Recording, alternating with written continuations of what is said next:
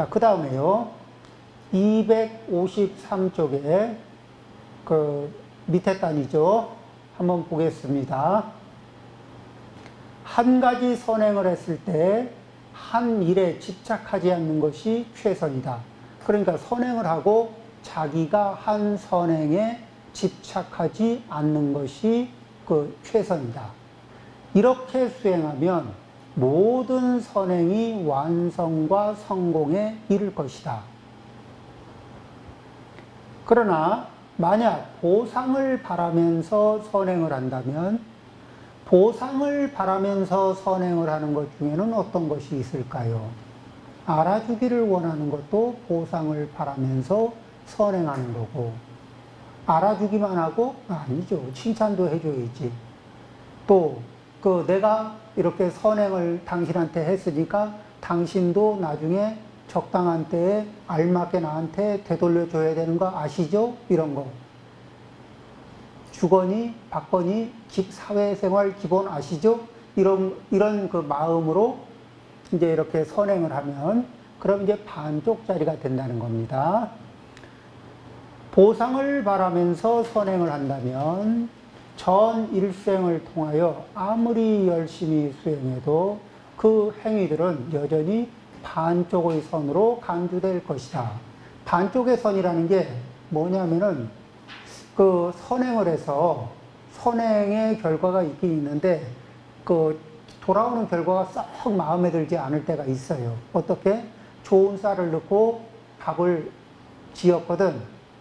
근데 충분히 익기 전에 소뚜껑을 열고 주걱질을 했습니다. 쌀도 좋고 물도 좋고 불도 좋고 솥도 좋은데, 자, 그래가지고 그 밥을 먹게 되면은 자기 만족감은 굉장히 떨어지죠. 뚜껑을 빨리 열은 거죠.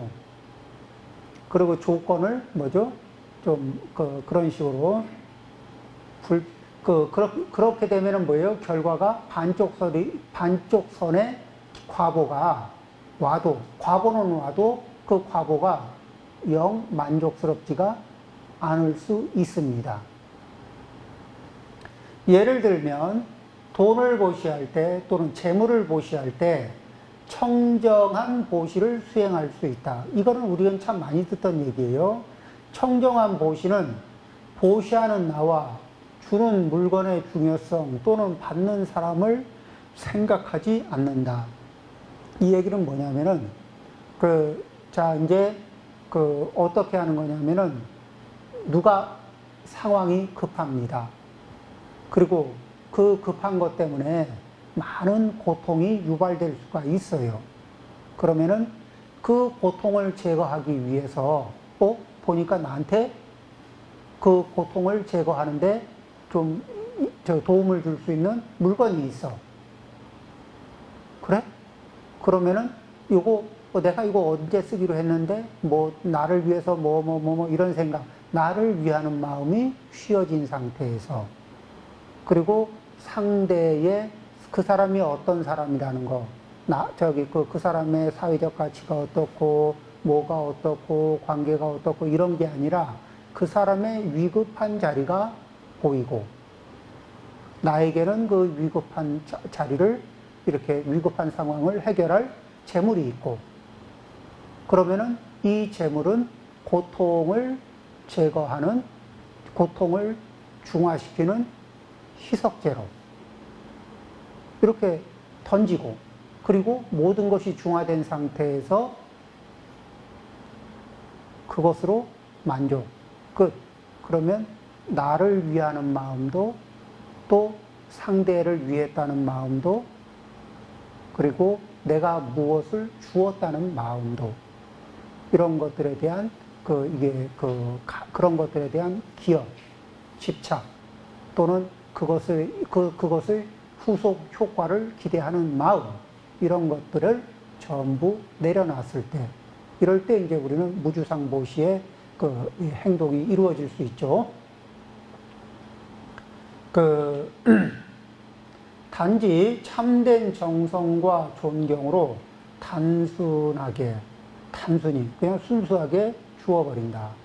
청정한 보시를 하면 말 한 마리, 그러니까 한 마리의 쌀이 청정한 보시를 하는데 그 양이 한 말 정도, 요즘 말로 하면 뭐죠? 그냥 저기 쌀 한 포대. 그게 그 지금 한 포대가 10kg짜리도 있고 20kg짜리도 있고, 그럼 한 10kg짜리로 할까요? 10kg짜리 한 포대 정도의 보시를 하고, 그것으로도 무한한 그 이 복을, 행운이란 말을 복이라고 보면 됩니다. 복을 가져올 수 있고, 한 푼을 주는 공덕이 수천 겁의 죄를 씻어낼 수 있다. 요건 뭐죠? 무주상 공덕의 효과입니다. 이렇게 자기의 행위, 그 다음에 상대의 가치를 가늠하지 않고, 저 사람에게 투자 가치가 있느냐, 없느냐, 이런 게 아니라 그 사람의 고통 지수가 발생되는 것을 내가 막아줄 수 있는가, 없는가. 그 사람이 그 사회를 위해서, 그 사람이 이 사회를 위해서 뭔가 기여하려고 하는데 힘이 딸려. 그래서 내가 조금 조력을 보태서 조금 도와줘서 그 일이 원만히 이루어질 수 있도록 했어.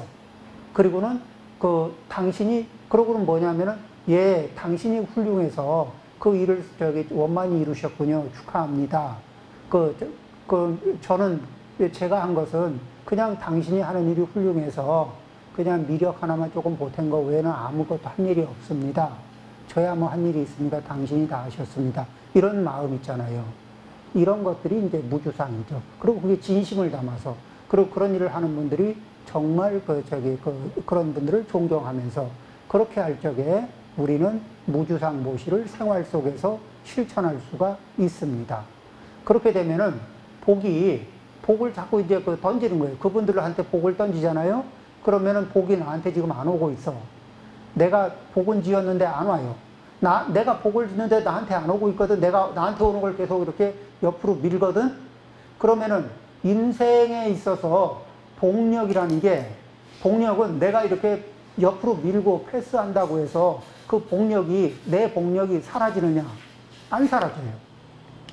그럼 어떻게 되느냐? 복을 갖다 크게 지었는데, 이렇게 큰 복을 지었는데 안 받아. 그럼 얘가 어떻게 돼요? 대기를 타, 음덕으로. 20대 때 복을 지었는데 안 받고 대기를 태웠어. 또 30대에도 복을 짓고 안 받고 대기를 태워. 40대에도 복을 짓고 또 안 받고 대기를 태워. 이러면 50, 60, 70으로 갈 때 이 복력들이 이렇게 50, 60, 70의 그 삶으로 다 이게 스며들면서 이 복이 작동할 때, 그럴 때 이게 후년이 점점 이제 이렇게 좋아지죠. 그런데 보면은 뭐예요? 젊은 시절은 좀 힘든 거 견딜 수 있어요, 없어요? 있죠. 노년에 힘들어지면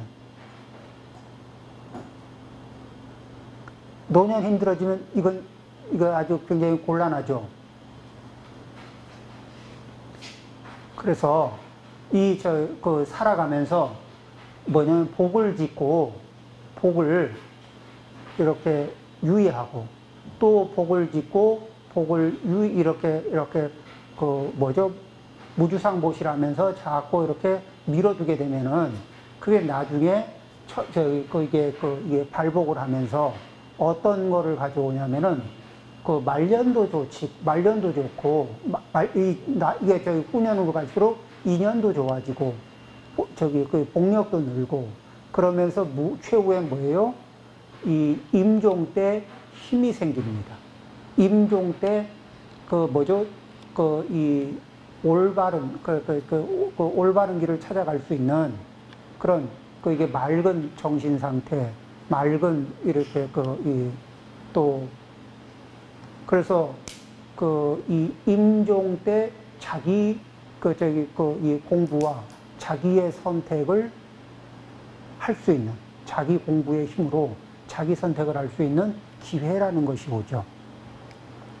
그런 것들.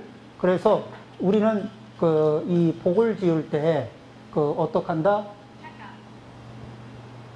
기회가 있으면, 아직 견딜 수 있는 힘이 있으면, 어떻게 해요? 미뤄요. 안 받고. 좀 미뤄도. 복을 아끼는 거예요. 이걸 석복이라고 그래요.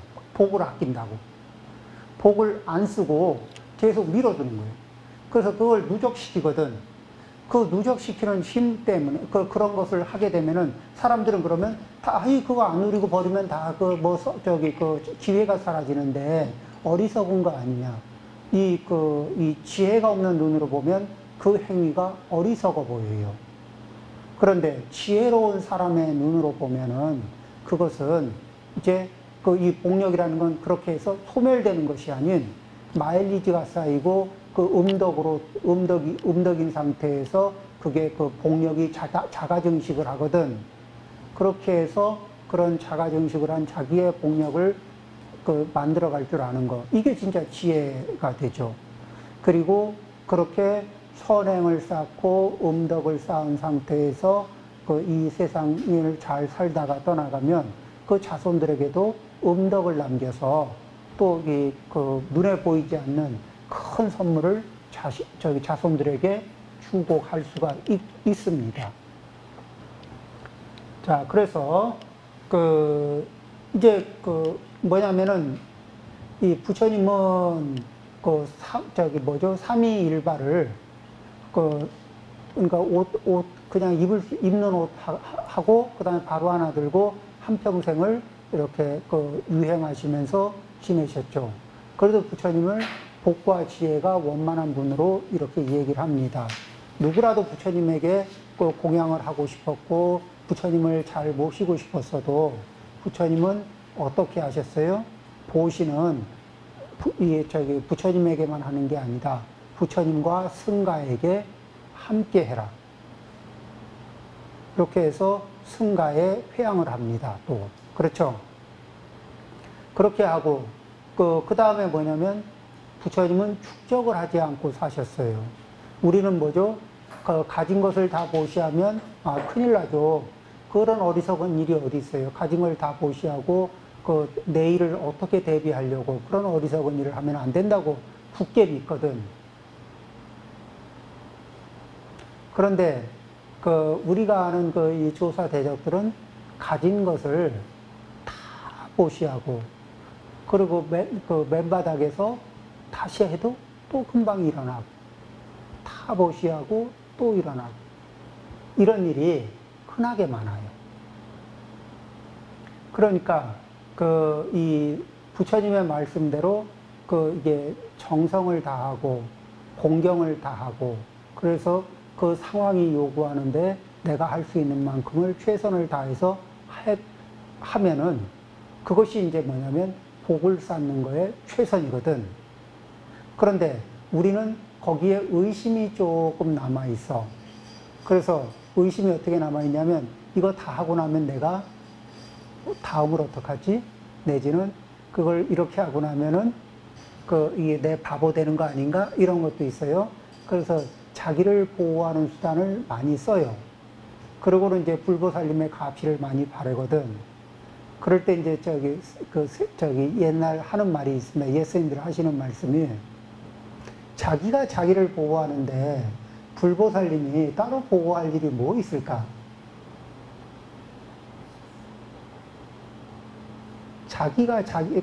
이 불보살님의 말씀을 실천하느라고 자기를 보호하지 않을 때 그런 사람을 불보살님이 일순위로 보호를 해 주실 건데 자기가 자기를 알아서 보호하는 사람에게 부처님이 그 사람을 일순위로 보호할 대상으로 두겠느냐는 거죠.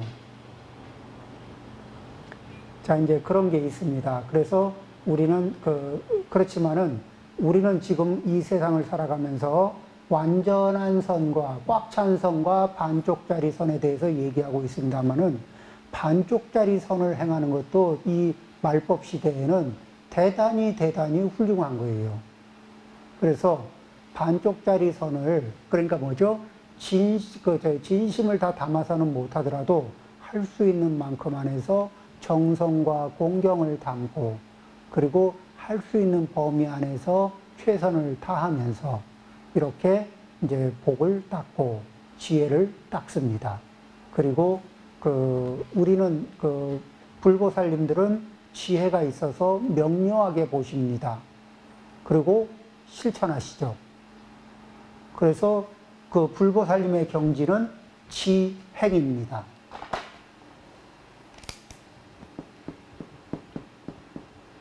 이 아시고 그리고 행하시죠.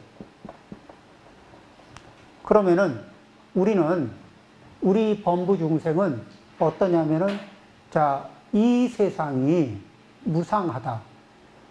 그런데 무상하다는 말을 부처님이 얼마나 많이 말씀하셨습니까? 그런데도 우리는 수시로 요거는 오래 갔으면 좋겠고 요건 항상 했으면 좋겠고 이거는 내 상태, 지금의 이 상태는 끝이 없을 거야. 내가 이런 거 있죠. 내가 좀 좌절하면은 어떤 생각이 들어요? 이 좌절의 상황이 끝이 나지 않는 터널에 들어있는 거죠. 끝이 보이지 않는 터널에 진입해서 있는 것처럼 이거 안 끝날 거야. 이거 계속 이대로 될 거야. 이렇게 갈 것 같아. 또 지금 내가 좀 잘 나가면 이 잘 나가는 게 영원히 지속될 것 같은 그런 느낌이 있어요. 우리는 항상 뭐에 빠져요? 무상이 아니라 이게 항상 할 거라는 그런 선입견에 수시로 빠져요. 그래서 우리는 이렇게 수시로 까먹으면서 그렇지만은 경전을 독송하고 불보살님의 말씀을 들으면서 어떡하냐면은 이 불보살님들은 그걸 명료하게 아시고 실천하시는데 우리는 그걸 명료하게 알지 못하고 그걸 불보살님의 말씀을 믿어요. 그리고 실천합니다. 그러면은 이쪽에는 정견이 있지만은 이분들은 정견에 의한 이게 정견을 기반으로 이렇게 실천하시지만은 불보살님은 우리는 이 정견으로부터 나온 그분들의 말씀을 믿으면서 실천해서 효과는 유사하게 나타나요. 그렇죠? 지혜는 미치지 못하지만 그 행위가 올바른 인과를 불러올 수 있는 그런 행위잖아요. 그래서 이 행위를 이 믿는 마음이 완전하면은 이분들의 행동에 행위에 아주 가까이 갈 수 있겠지만 거기에 의심을 조금 담고 그래도 조금 뭐는 좀 빼놓고 해야 되지 않나 이 정도는 이해할 수 있는 거 아닌가 이러면서 왜 조금씩 이렇게 이게 애누리를 하는 만큼이 뭐죠? 신자의 힘이 이 지자에 비해서 조금씩 이게 역량이 감소하죠. 그렇게 되면은 뭐죠? 인과를 발생시키는 순도가 떨어진다고 할 수 있겠죠. 말이 좀 어려운가요? 이해가 돼요? 그런데 우리 옛날 조사대덕을 보면은 요 신자가 신행을 할 때 이렇게 이 견성을 하거나 뭘 하기 이전에 신행할 때 신행하는 믿음의 순도가 유독이 높아요. 그러니까 뭐예요? 거의 동일한 수준의 행을 계속 일으키니까 인과가 맞아 떨어지면서 이게 수행의 결과를 빠르게 낼 수 있는 그런 인연을 맞이하기도 합니다. 자, 10분 쉬었다 하겠습니다.